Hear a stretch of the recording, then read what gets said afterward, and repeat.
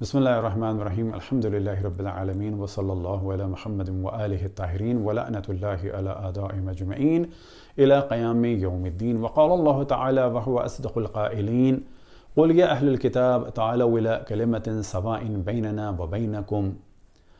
جیسا کہ آپ کے علم میں ہے کہ پوپ فرانسس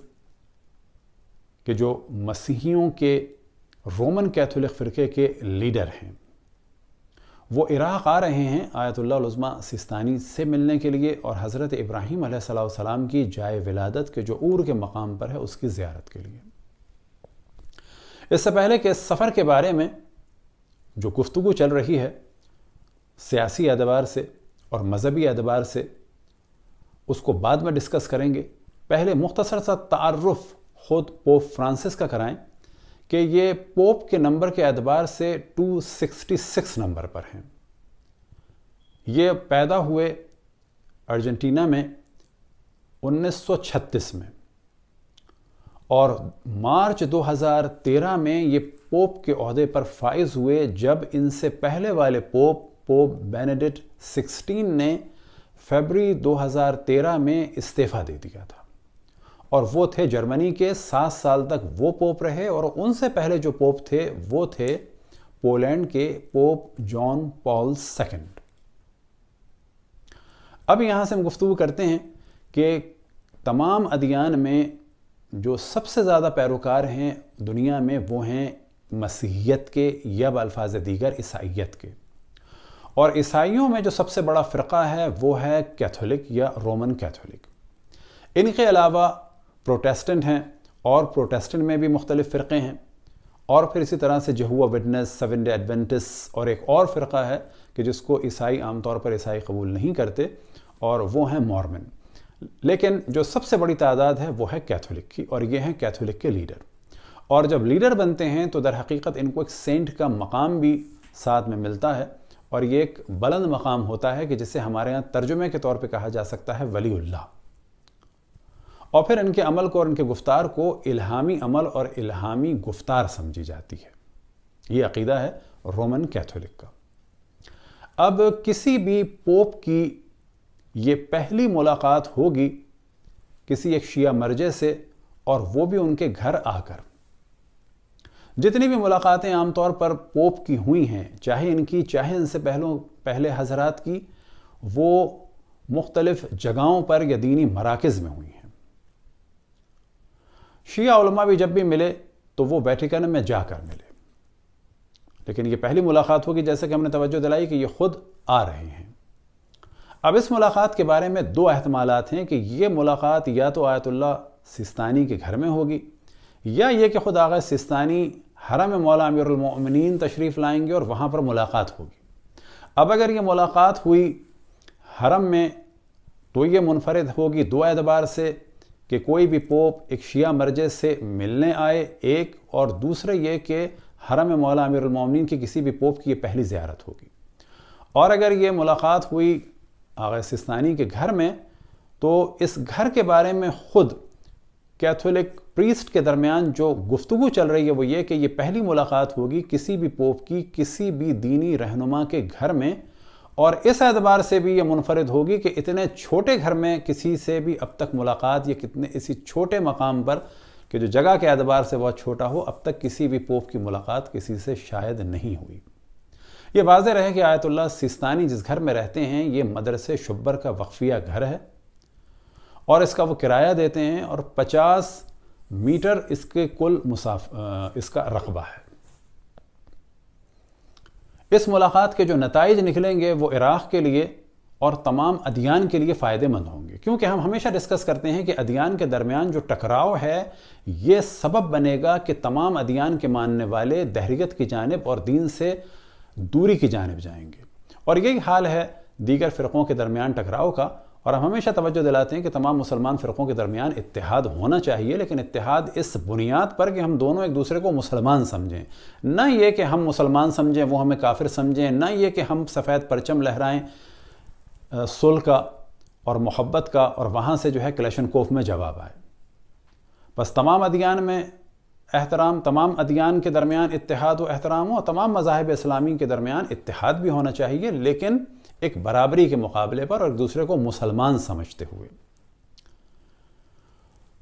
اب اس ملاقات کو روکنے کے لیے مختلف ممالک نے بہت کوشش کی، دہشت گردوں نے کوشش کی، خصوصاً عربوں نے بہت زیادہ کوشش کی، اور وہ دو وجوہات کی بنیاد پہ کی، جن میں سے ایک وجہ یہ تھی کہ عراق جو ہے وہ کچھ دنوں کے لیے دوبارہ ایک پازیٹیو طریقے سے خبروں میں نہ آئے۔ دوسری وجہ یہ تھی کہ جب یہ تصویریں آئیں گی تو آیت اللہ العظمیٰ سیستانی کے ساتھ آئیں گی، اور یہ چیز سبب بنے گی کہ دنیا میں بڑی تیزی سے لوگ سرچ کریں گے ان کے نام کو، یعنی آغا سیستانی کے نام کو، اور پھر یہ دیکھیں گے کہ یہ کس مذہب سے ہیں، کس دین سے ہیں، تو اس میں خود بخود ایک سلسلہ ہوتا ہے سرچ کرنے کا۔ عراق کے لیے جو میڈیا میں خبریں آ رہی تھیں پچھلے چند سالوں سے، ظاہر ہے کہ وہ اس قسم کی تھیں کہ وہاں کے حالات خراب ہیں۔ اب یہ بات واضح رہے کہ پوپ فرانسس نے 1.5 سال کے بعد کوئی پہلا سفر کیا ہے، اور وہ بھی اس ملک کا کیا ہے کہ جہاں پر بہت زیادہ خطرے ہیں، اور ان کو آخر وقت تک روکا جا رہا تھا، جیسے کہ کل ان کا جہاز ٹیک آف کرنے سے چند گھنٹے پہلے تک یہ ڈسکشن ہو رہا تھا کہ وہاں پر خطرے ہیں، اور پوپ فرانسس نے فرمایا کہ آغا سیستانی نے اور عراقی گورنمنٹ نے سیکیورٹی کی ذمہ داری لی ہے۔ اب عراق میں آغا سیستانی کی جو اہمیت کے ویٹیکن والے قائل ہیں، اس کی وجہ یہ ہے کہ آغا سیستانی نے ایک بہت پازیٹیو پارٹ پلے کیا، اول تو تمام دنیا میں سیاست میں، اور خصوصاً دہشت گردوں کے مقابلے میں، اور پھر عیزدیوں کی جان مال و عزت و آبرو کو بچانے کے لیے اور مسیحیوں کی جان مال و عزت و آبرو کو بچانے کے لیے، اور انہوں نے عملی اعتبار سے یہ پیغام دیا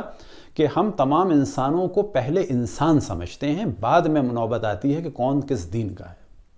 اور آپ نے اعلان فرمایا کہ نجف کے دروازے آپ لوگوں کے لیے کھلے ہیں، جب چاہے آپ نجف تشریف لائیے اور یہاں آ کر قیام فرمائیں۔ پھر آپ نے بہت بڑی تعداد میں حتیٰ پیسہ دیا کہ جو لڑکیاں اس وقت عیسائیوں کی یا عیزدیوں کی داعش والے بیچ رہے ہیں، ان کو خریدیں اور خرید کر محفوظ مقام پر یا ان کے گھر والوں یا رشتہ داروں تک پہنچائیں۔ یہی وجہ ہے کہ ویٹیکن میں بہت زیادہ احترام ہوا شیعت کا، اور خصوصاً آغا سیستانی کا، اور پھر اس کے بعد کچھ لوگوں نے حضرت فاطمہ پر اور حضرت زینب پر کتابیں لکھی، کچھ پریس نے، اور اسی طریقے سے ڈیلیگیشن آنا شروع ہوئے کرسچنز کے، اور خصوصاً رومن کیتھولک کے عاشور اور اربعین کے زمانے میں، اور اسی طرح سے بعض دیگر مذاہب مسیحیت کے ڈیلیگیشن بھی آنے لگے۔ اور یہ نتیجہ ہوتا ہے کہ جب آپ کسی کو احترام دیں، کسی کی جان مال عزت آبرو کا خیال کریں۔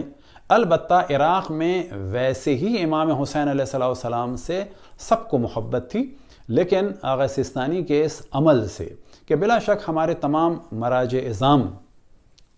صلح و صفا کا ایک پرچم ہے، اور دو ہستیاں ایسی ہیں کہ جب بھی ان کی تصویر آتی ہے تو خود بخود تشیع کا تصور ذہن میں آتا ہے، یعنی آیت اللہ العظمیٰ خامنائی اور آیت اللہ العظمیٰ سیستانی، کہ خداوند تبارک و تعالیٰ ان دونوں کو صحت اور عافیت کے ساتھ طول عمر عطا فرمائے، اور ان کا سایہ تمام مسلمانوں پر قائم اور دائم رہے۔ اب کیونکہ اس ملاقات سے بہت زیادہ خائف تھے کچھ عرب ممالک، لہذا دہشت گردوں نے بھی دھمکیاں دیں۔ ایک موضوع جو ویٹیکن میں کیتھولک پریسٹ کے درمیان ڈسکس ہوا کہ کسی بھی شیعہ مرکز کا یہ پہلا وزٹ ہوگا جو پوپ کی جانب سے ہو رہا ہے، اور کچھ نے کہا کہ ایک وزٹ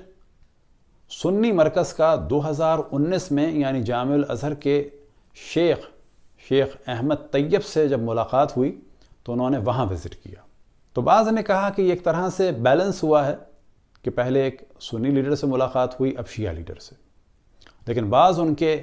اسکالرز نے کہا کہ پہلی بات یہ کہ الازہر بھی شیعوں کا مرکز تھا، یعنی شیعہ اسماعیلیوں کا،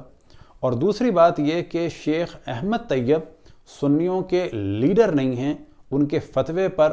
سنی عمل نہیں کرتے، صرف وہ ایک سنی یونیورسٹی کے لیڈر ہیں، لہٰذا کسی اسلامی لیڈر سے کہ جو صحیح معنی میں لیڈر ہو اور اس کے بہت سارے پیروکار ہوں، جس کے حکم پر لوگ اپنی جانیں دینے کے لیے تیار ہوں، تو عالم اسلام کے کسی بھی ایسے لیڈر سے یہ کسی بھی پوپ کی پہلی ملاقات ہے، اور ہم پہلے توجہ دلا چکے کہ ایسی ملاقات کہ جس میں پوپ خود آ رہے ہیں۔ خداوند تبارک و تعالیٰ سے دعا ہے کہ تمام ادیان اور تمام مذاہب کو محبت کے ساتھ رہنے اور اختلافی مسائل کو ڈائلاگ کے ساتھ حل کرنے کی توفیق عطا فرمائے، اور یہ چیز سمجھنے کی توفیق عطا فرمائے کہ اختلافات کو تلوار سے یا قتل عام سے حل نہیں کیے جا سکتے۔ اور اسی طرح سے دعا ہے کہ تمام مسلمان فرقوں میں اتحاد ہو، اور اتحاد کے یہ معنی نہیں ہے کہ سامنے والے کے ہاتھ میں کلیشنکوف ہو اور ہمارے ہاتھ میں سفید پرچم ہو، بلکہ ہم یہ چاہیں گے کہ ان کے ہاتھ میں بھی سفید پرچم ہو، ہمارے ہاتھ میں بھی سفید پرچم ہو، اور ہم بھی انہیں مسلمان کہیں جیسا کہ ہمیشہ کہتے ہیں، اور وہ بھی ہمیں مسلمان کہیں، نہ یہ کہ وہ ہمیں کافر کہیں اور ان کے ہاتھ میں کلیشنکوف ہو اور ہم انہیں مسلمان کہہ کر سفید پرچم لہرا کر صرف اپنی جان دینے کے لیے تیار ہوں۔ یہ اتحاد نہیں ہے، بلکہ اتحاد یہ ہے کہ ہم دونوں ایک دوسرے کو احترام دیں، ہم دونوں ایک دوسرے کو مسلمان سمجھیں، اور ہم دونوں اختلافی مسائل کو علمی طریقے سے ڈسکس کریں۔ وصلی اللہ علی محمد وآلہ الطاہرین۔